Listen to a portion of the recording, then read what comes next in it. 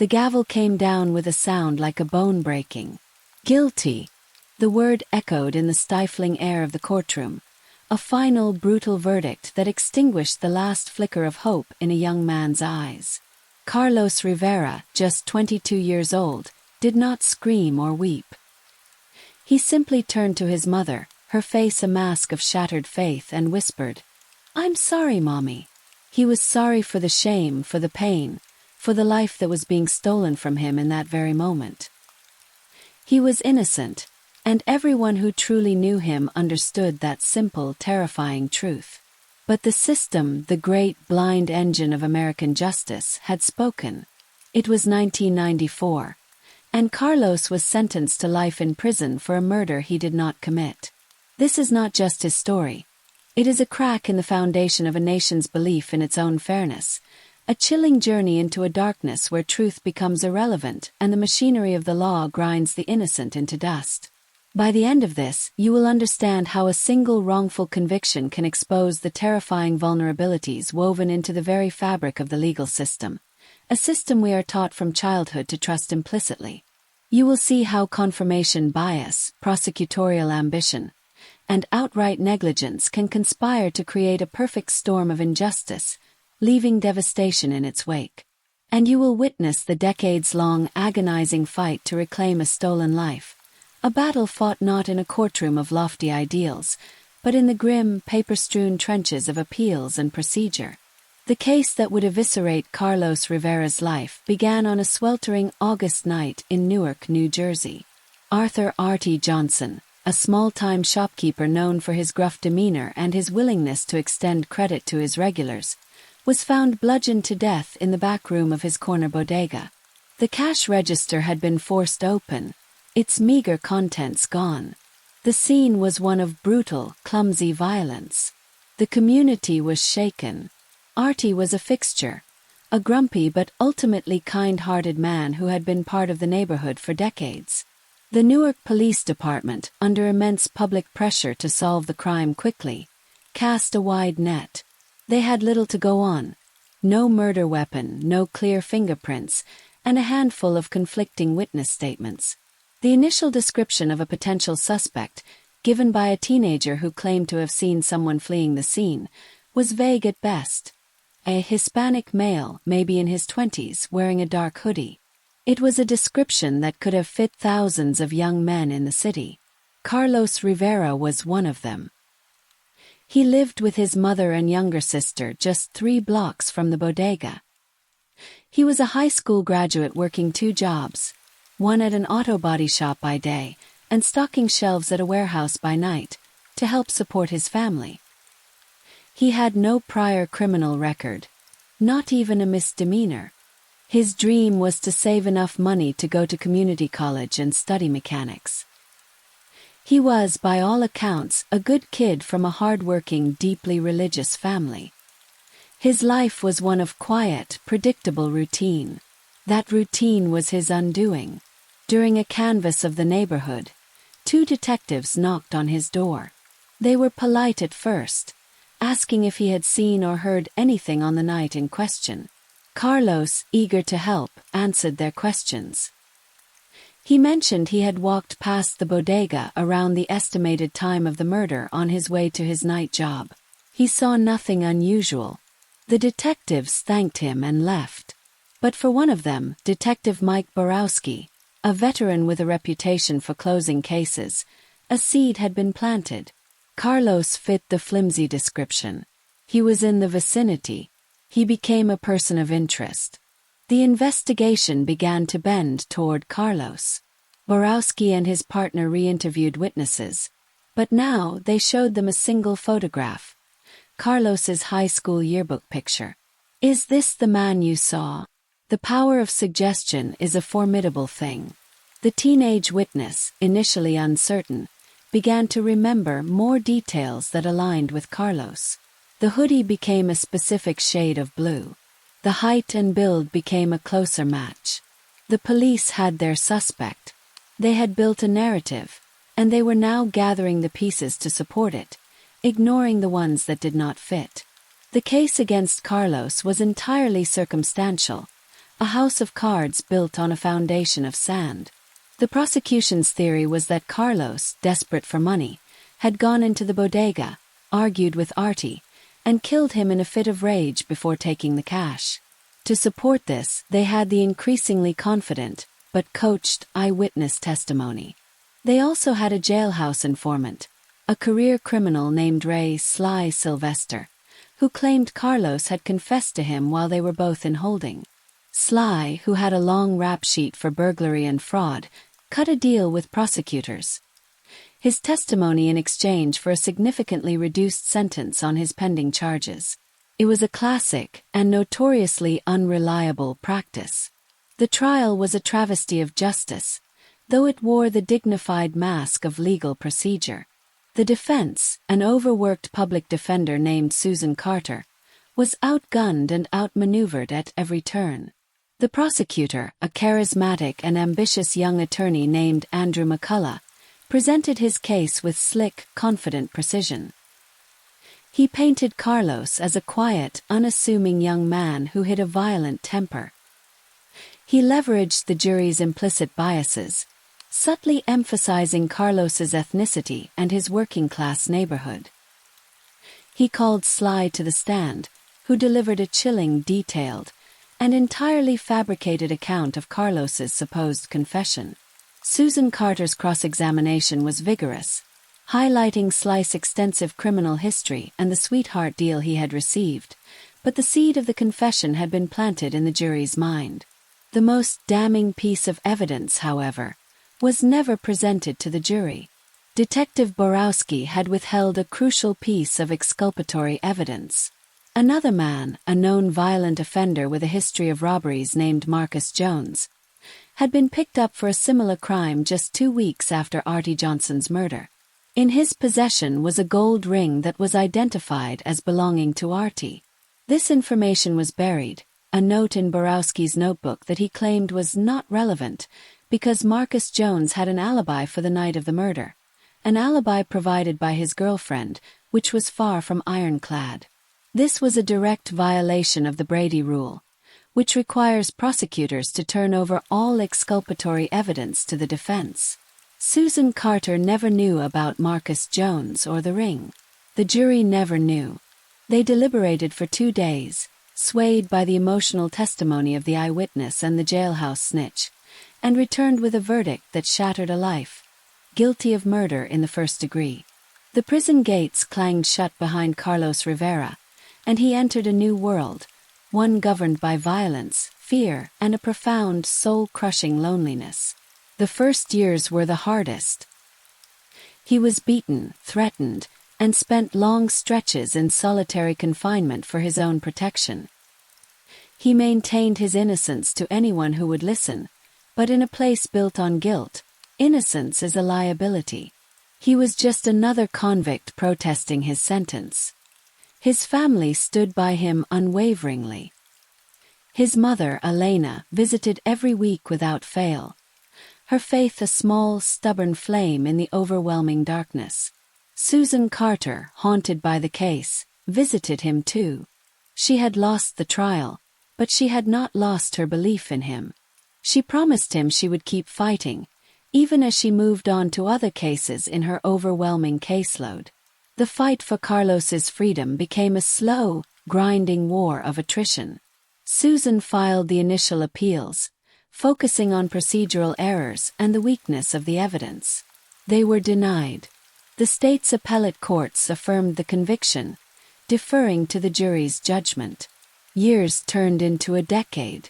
Carlos adapted to the brutal rhythm of prison life, but he never accepted his fate. He became a jailhouse lawyer, spending every waking hour in the prison library, studying legal texts, learning to write motions, and understanding the intricate, often maddening pathways of the appeals process. He was no longer just a victim. He was becoming his own best advocate. A breakthrough came from an unexpected source.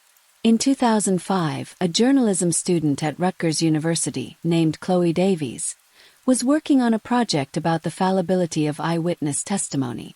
She came across the Rivera case in old newspaper archives.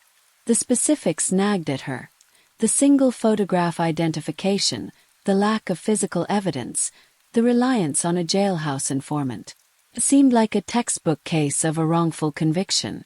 She reached out to Carlos, now a man in his mid-30s who had spent half his life behind bars.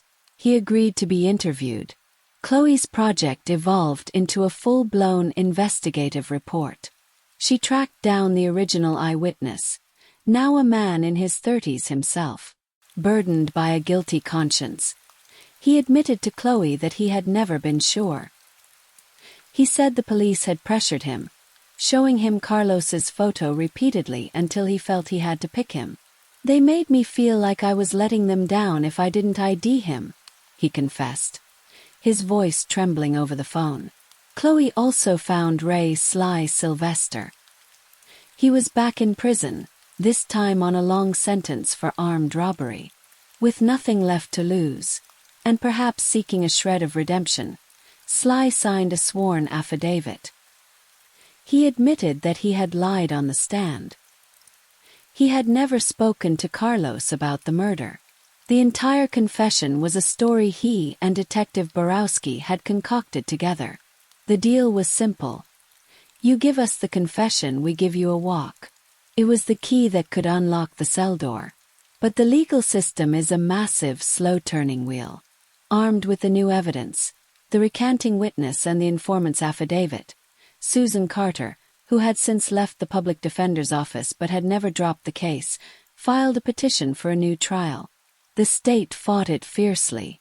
Prosecutor Andrew McCullough, now a senior figure in the county prosecutor's office, argued that the new evidence was unreliable, the word of criminals looking for a way out. He defended his original case and the work of Detective Borowski. The motion was denied by the same judge who had presided over the original trial, a man now nearing retirement and unwilling to admit a catastrophic error in his own courtroom. Hope, which had flared so brightly, was once again extinguished. Felt like a cruel joke. They had the truth, but the system refused to listen. The emotional peak of this decades-long nightmare arrived not with a bang, but with the soft click of a computer mouse. In 2012, the Innocence Project, a national organization dedicated to exonerating the wrongly convicted, took on Carlos's case. Their team of lawyers and investigators brought a new level of resources and expertise. They filed a comprehensive motion, not just focusing on the recantations, but demanding DNA testing on the few remaining fragments of evidence from the crime scene, specifically on the murder weapon, a bloody tire iron that had been found in a dumpster a block away from the bodega. The prosecution had always argued it was the murder weapon, though they could never definitively link it to Carlos. The original testing in 1994 had been rudimentary. Now, advanced touch DNA analysis could detect minuscule skin cells. The state, feeling the mounting pressure from the media attention Chloe's reporting and the Innocence Project had generated, finally consented to the testing. The wait for the results was an agony unto itself. For Carlos, it was the final roll of the dice. For Elena Rivera, it was a test of a lifetime of prayer. For Susan Carter and Chloe Davies, it was the culmination of years of relentless effort. The results came back. The DNA on the grip of the tire iron did not belong to Carlos Rivera. It did not belong to Artie Johnson either.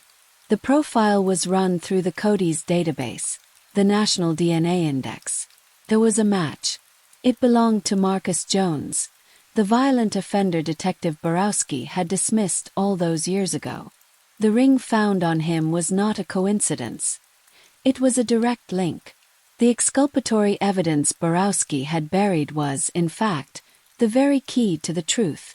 The Brady violation was now undeniable, a stain on the entire proceedings. The climax was the hearing for a writ of habeas corpus. Carlos, now 40 years old, his hair streaked with gray, his body bearing the wear of 18 years in a cage, sat beside his lawyers. Andrew McCullough was there, his face ashen. Detective Borowski, now retired, invoked his Fifth Amendment right against self-incrimination. The judge, a new, younger jurist untainted by the original trial, listened to the DNA expert present the incontrovertible facts. He listened to the Innocence Project attorney detail the systemic failures, the withheld evidence, the perjured testimony. The air in the courtroom was thick with a tense, electric stillness. When the judge finally spoke, his voice was heavy with gravitas. "The system failed in the most profound way imaginable," he began. "The evidence presented to this court leaves no doubt that a terrible miscarriage of justice has occurred. The conviction of Carlos Rivera is vacated. The charges are dismissed with prejudice." The word "dismissed" hung in the air, then collapsed into a wave of sound. Elena Rivera let out a sob that was 18 years in the making. Susan Carter hugged Chloe Davies, tears streaming down both their faces. Carlos did not move at first. He simply looked down at his hands, as if seeing them as free objects for the first time. Then he looked at his mother and gave a slow, weary smile. It was over. The closure for Carlos Rivera was not a simple return to normalcy. How could it be? He walked out of the courthouse into a world that had moved on without him. He was a free man, awarded a multi-million-dollar settlement from the state, but the money was a poor substitute for the lost years, the stolen youth, the trauma etched into his soul. He struggled with the simple things, making decisions using a smartphone, the overwhelming noise and pace of a city he no longer recognized. The psychological scars of incarceration ran deep. He suffered from PTSD, from night terrors where he would wake up convinced he was still in his cell. He used his settlement money to start a foundation dedicated to helping other exonerees transition back to society and to advocating for legal reform. He became a vocal critic of the very system that had broken him, testifying before state legislatures about the need for mandatory evidence preservation, the reform of eyewitness identification procedures, and the abolition of using jailhouse informants without rigorous corroboration. Detective Borowski was never criminally charged, though he lost his pension and died in disgrace a few years later. Andrew McCullough resigned from his position but faced no disciplinary action from the Bar Association, a fact that always stuck with Carlos as a final bitter pill.